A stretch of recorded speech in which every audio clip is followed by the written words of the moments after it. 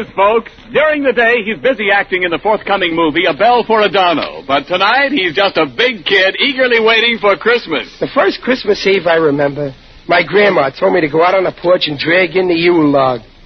The Yule log turned out to be Grandpa. The American Meat Institute presents William Bendix in The Life of Riley.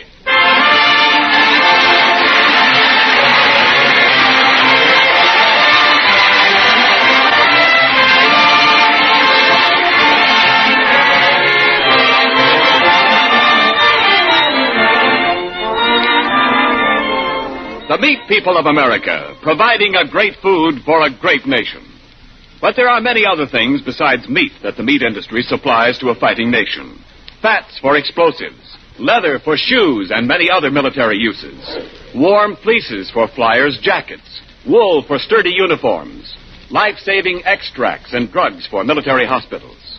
Yes, an industry that learned years ago to use everything but the squeal provides hundreds of essential materials for vital wartime needs.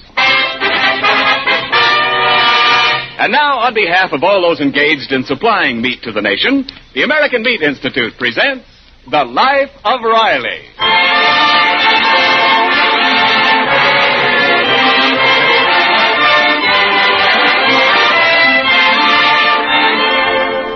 Well, it's the week before Christmas, and all through the land, people are busy sending and receiving gaily wrapped packages. War worker Riley has just entered the living room of his California bungalow with 2 such packages in his arms. Well, what's that you got there, Riley? Christmas presents? Yeah, Dumpling, for me. Something I can really use. Oh, who gave them to you, Dad? A very good friend of mine. Me. See? How you like that? A new hat. How do I look? Well, don't you think those pork pie hats are a little too youthful for you? No. The man in the store said I got the perfect face for a pork pie hat. Oh, what's in the other package, Pop? Cigars. Oh, but Dad, your friend Waldo Benny always gives you cigars for Christmas. Yeah, I know, but the trouble with Waldo's cigars, I can't figure out how to smoke them and not be in the same room at the time. You're right, Pop. The only way to get what you want for Christmas is to buy it yourself. Well, what's eating on you, Junior? Look what Aunt Henny sent me from Brooklyn. Earmuffs in California. Oh, well, cheer up. Maybe Uncle Baxter in Boston will send you some snow, huh? Junior, Aunt Henny's package is marked Do Not Open Until Christmas. I know. You knew, and you opened it? Oh, what's wrong? Junior, It's against the spirit of Christmas. Why, yes. You should have waited until Christmas morning when we all open our presents. Oh, gee. Besides, it ain't just the idea of opening a package. It's what's behind it. It shows you ain't got willpower. Oh, maybe not, but I just had to know what was in it. Peg, this boy don't take after me. No willpower. No, but he has got your good looks.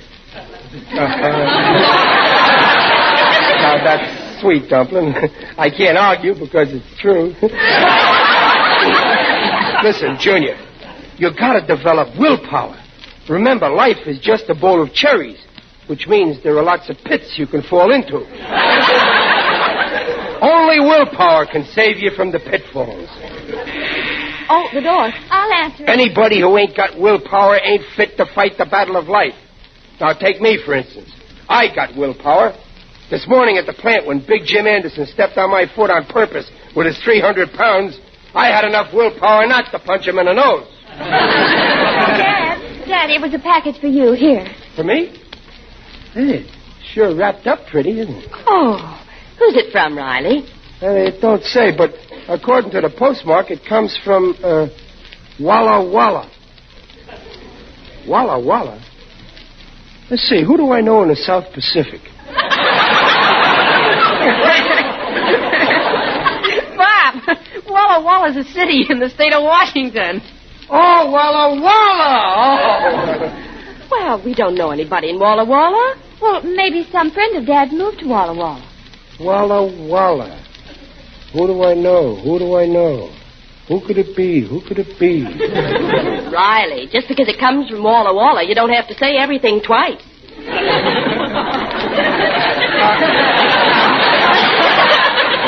I wonder what's in this box. Too short for slippers. Too flat for military brushes. Too light for a bowling ball. Don't rattle. Don't smell. Don't leak. Gee, I wish I knew what was in it. Well, guessing won't get you anywhere. Yeah, I'd better open it and find out. Just a minute, Pop. Look what it says there on the bottom of this sticker. Where? Oh. Do not open until Christmas. Oh. Thanks for bringing it to my attention, Junior. I'll just leave it the way it is until Christmas. You'd better. After the lecture you just gave Junior on willpower. Don't worry about me. If I say I won't open it until Christmas, I won't open it. Oh, last Christmas you opened the present you got from Muley Durkin ahead of time. Well, that was a business thing, so I'd know how much to spend on his present. Oh, go on. You always die of curiosity. Every package you ever get. Not me. I ain't the least bit curious about what's in that package. It's kind of thin, ain't it? Well, just so you won't be tempted to open it, I'll put it away. Good.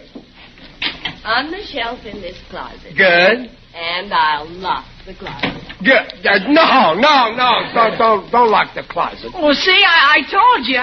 Junior, it ain't what you think. It ain't on account of the present. Well, then why don't you want the closet locked? Well, in case of fire, the mice won't be able to escape. All right, then I won't lock it. Okay. As far as I'm concerned, this package don't exist. Junior, remind me Christmas morning to open it. Huh? All right. I'll show all of you. Yeah, well, we'll see. Come on along now. It's time for supper. Yeah, come on, kids, supper. Oh, we'll be in a minute. Listen, Babs, I bet you $1 to a nickel that Pop opens that package before Christmas. Oh, Smarty, you always want a sure thing. You know Daddy can't hold out till Christmas. Hey, Babs. What? Where is that mouse trap we had?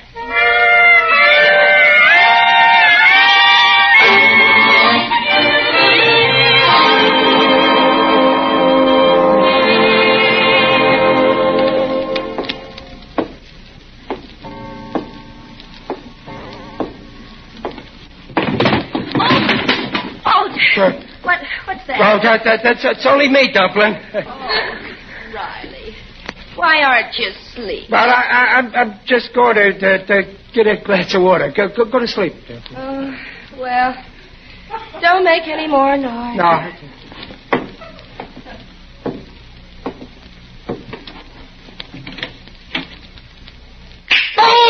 Oh, my hand! Riley, what on earth's the matter? No. What's up, Pop? Turn on the light. Something's biting me. They won't let go. Get the...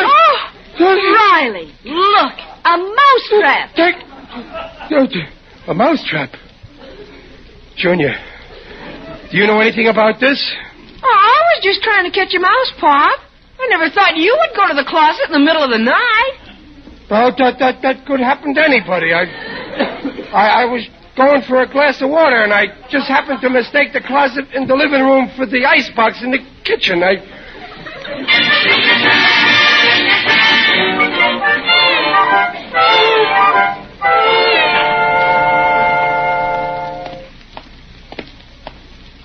You, Mr. Riley. Oh, Waldo Binney. How are you, Waldo? Oh, my aching back. I've been out walking my wife's Great Dane, and he simply refuses to take me home. I'm exhausted. Well, here, I'll pull the dog home for you, Waldo. Give me his leash. Yeah, thank you, Mr. Riley. Sometime I'll do a favor for you, like ironing some shirts or something. Well, that's okay. Shush now, Hamlet, shush. For tonight, I'll make you sleep in your bed instead of mine. Waldo, I want to ask your opinion. I got a friend, naming no name, see, but this friend got a package marked, do not open until Christmas. Now, my question is... Mr. Riley, the answer is no. No? Under no circumstances should such a package be opened before Christmas.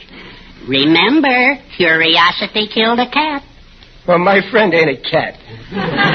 His son, Junior, thinks he's a rat. He leaves traps around for him. Mr. Riley, not only isn't it Christmassy, but anybody who can't resist temptation is just a wishy-washy weakling without character. That's what I say. Waldo. Waldo, I just got a brainwave. The package says do not open before Christmas, but it don't say do not look inside before Christmas.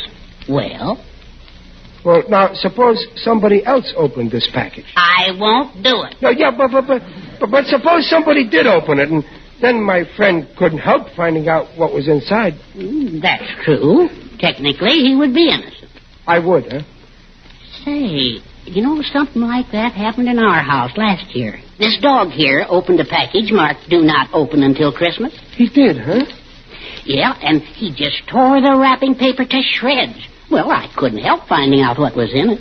You don't say. By the way, Waldo, how's about lending me this dog for a little while, huh?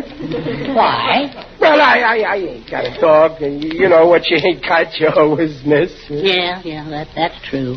Take me. I haven't got a son like you have. I'll lend you the dog. Oh, that's swell, Waldo. And sometime I'll lend you Junior.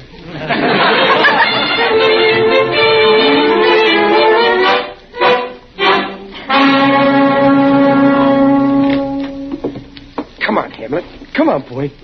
Shh, Hamlet, quiet. Come on, in here in the living room. Come on. Yeah, boy. Now, you sit down right over here. Now, just let my hand out of your mouth. That's it. Now, I'm going to get something pretty for you to play with. Oh, that Junior out. Who's there? Don't say a word, Hamlet. Now, listen, Pop. Look what I got for you. See the package?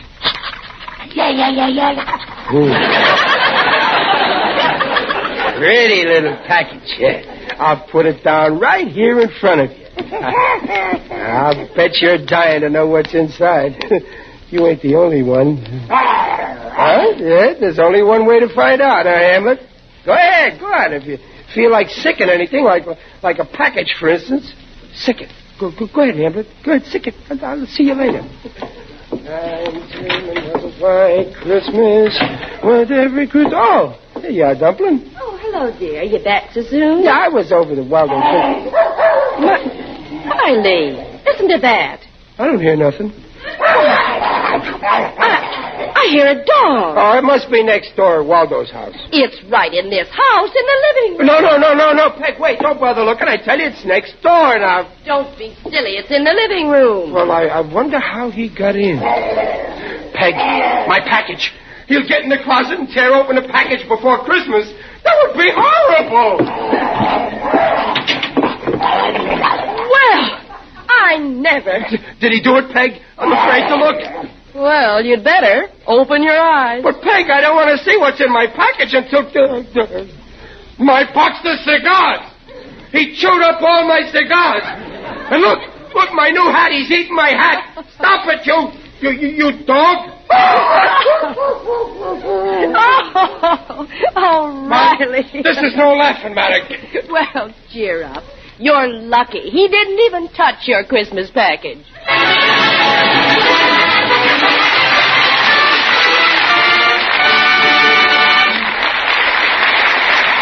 Well, Riley's plan has gone to the dog, along with his new hat and cigars.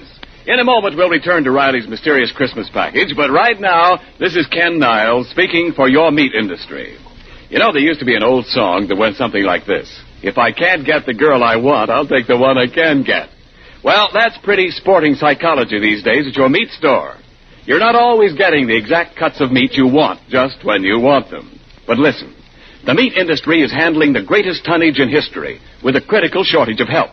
For instance, the number of hogs processed this year has set a new record. The fact remains that the needs of war often leave less choice of meat for the needs at home.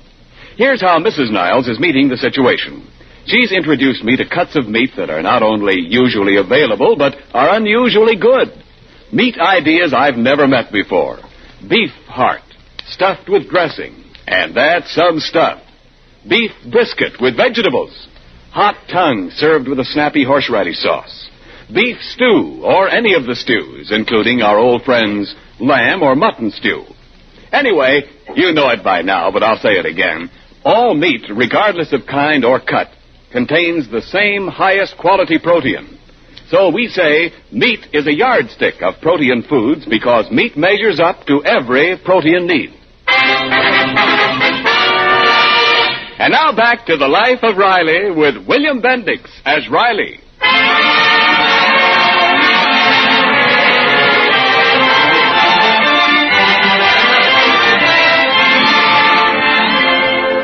Well, the package Riley got, labeled "Do Not Open Till Christmas," still remains intact. So far, he has not broken his vow to the family. But with a full week left to go before Christmas, our hero's patience is near the breaking point. Right now, he's studying a big book, reading off names. Yarbo, Yerbert, Yuccolini, Yuzzy. Riley, what are you mumbling about in here? What's that big book? Zeb, Zacko, Zeb. Oh, this dumpling, this is the city directory of Walla Walla. Oh, are you still trying to find out who sent you that package? No, I'm just reading this for pleasure. Zibolovsky, Zizimo. It's nice to know your fellow Americans, you know. Well, I wish all I had to do was read about who lives in Walla Walla. Zutboot, Zaugu, Zuz. No, I don't recognize the faces of any of these names. I give up. I ain't going to think about that darn package. Now, who's there? It's Digby Odell, the friendly undertaker. Well, if it ain't my favorite undertaker. How are you, Digger? Greetings, Riley. You're looking well.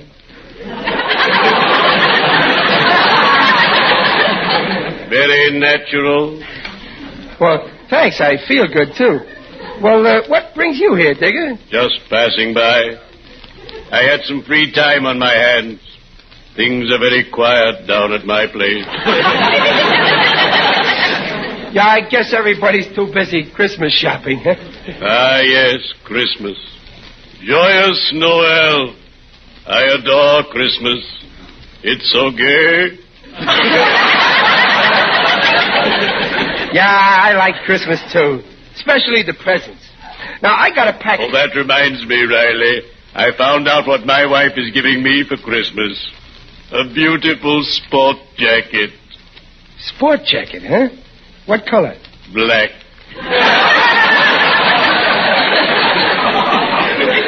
A light black. I'll bet you'll look good in it.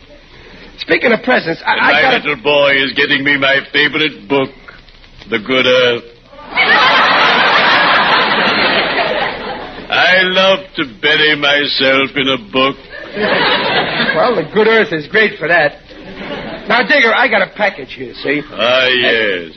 Do not open before Christmas. Yeah, and I'm aching to know what's in it, but I swore I wouldn't open it. I'm afraid I can't help you, Riley. I can't imagine what's inside, and I haven't got X-ray eyes. Well, guess I'll have just to wait. Digger, I know how I can find out what's in there without opening it. I'll have this package X-rayed.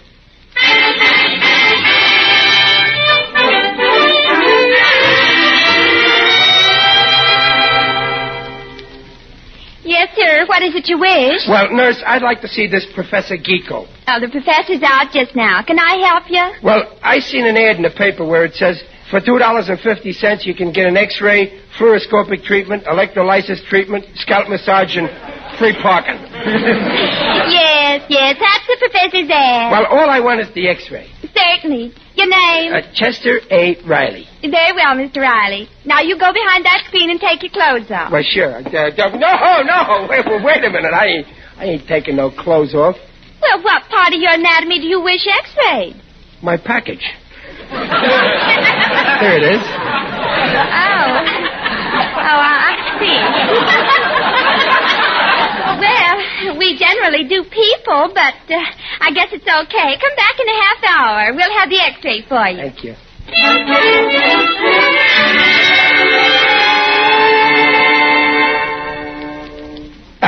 Pardon me. The nurse said... The nurse is out. I am Professor Geeko. Can I help you? Well, I had an X-ray taken. The name is Chester Riley. Chester Riley. Yeah. Well, I'll see if I can find the plate in this file. Now, let's see. J. Johnson, K, King, L. Oh, here's my lunch. P,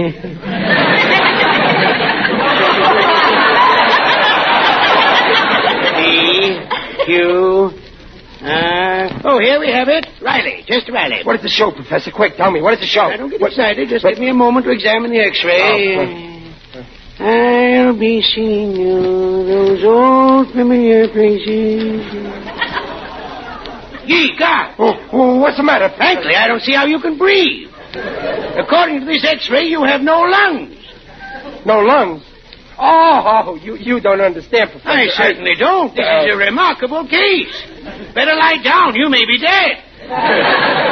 Professor, you mean the X-ray don't show nothing? Nothing. I advise immediate surgery. Listen, Professor, I don't need nothing taken out of me. You're right. You need something put in. Now, when can we operate? Well, not right now, Professor. As far as my anatomy goes, I got a motto which says, do not open until Christmas.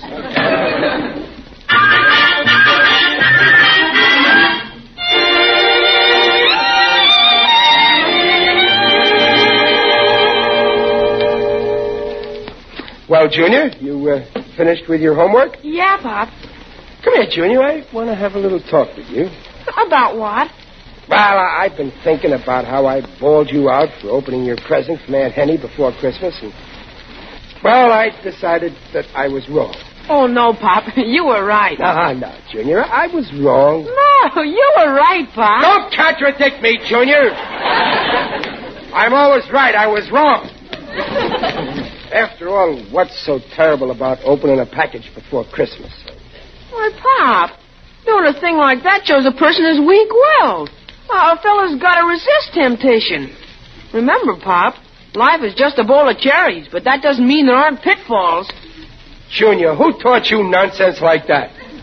You did. Well, there are times when you shouldn't listen to me. Now listen to me. Sometimes being weak-willed is a good thing. Oh, how do you mean? Well, look, today I saw an expensive Christmas gift in a store which I wanted to get for a certain boy whom I've known personally for 13 years. The gift was too expensive, but I was too weak to resist, and so I bought it for him. You did, Pop? What was it? Well, I'll give you a hint. It starts with an R. R? Yep. Roller skates? No. I said expensive. I might as well tell you. A bicycle.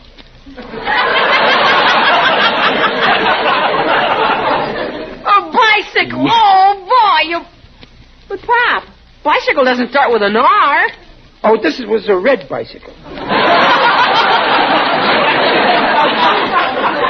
Well, wasn't that nice of me to buy it? Huh? Oh, sure was. Mm-hmm. Any boy would appreciate a favor like that. He sure would. Well, I'm glad to see that we understand each other. Now, listen. Nobody will know. I'll go out of the room. Then you go to the closet, get the package. No, Pop, I won't do it. You won't. Why, you tricked me. Okay. From now on, we're through. We ain't on speaking terms. We're finished. I'll support you. I'll put you through school. I'll pay for your wedding. But from then on, you're on your own. Hello. What's going on here? Oh, hello, Babs, honey. Gee, I'm glad to see you. Here, sit down here next to your daddy. Well, Dad, what's gotten into you? You know, Babs, I never appreciated you as much as I should. When you were born, I wanted a boy, and so I was a little annoyed with you. But today, I changed my mind. I'm glad you're a girl, Babs. Oh, something tells me you had a fight with Junior. Oh, Pop was trying to convince me it'd be okay if he opened his Christmas present now. Huh. There's no harm in that, is there, Babs, honey? Why, Dad, I'm surprised at you. After all, life is just a bowl of cherries with pitfalls. That's enough! My own children turning against me. Okay, that settles it. I'm through with both of you.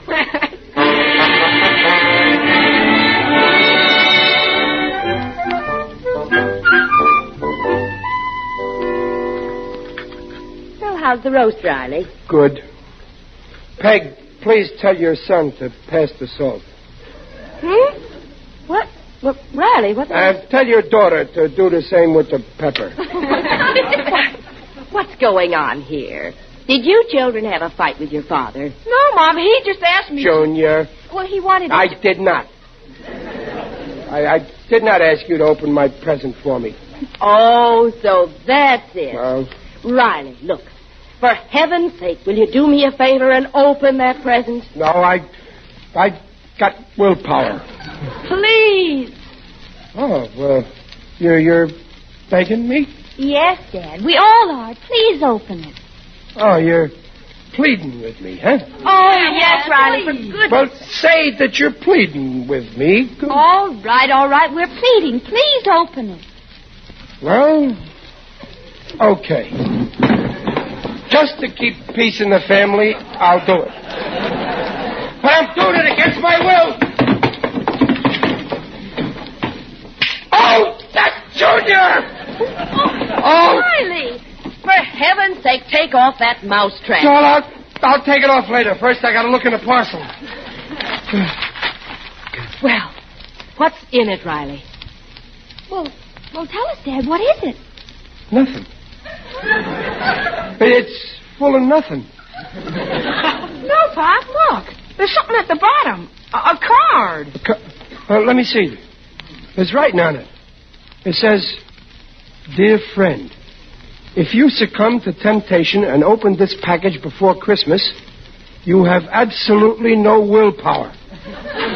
Send $2 immediately to Professor Ludwig Stefanati, Box 27, Walla Walla, for his famous book entitled How to Develop Your Willpower." Daddy, it must be a new kind of advertising. And you fell for it. The whole fell for it. I knew it all the time. Honest, I did.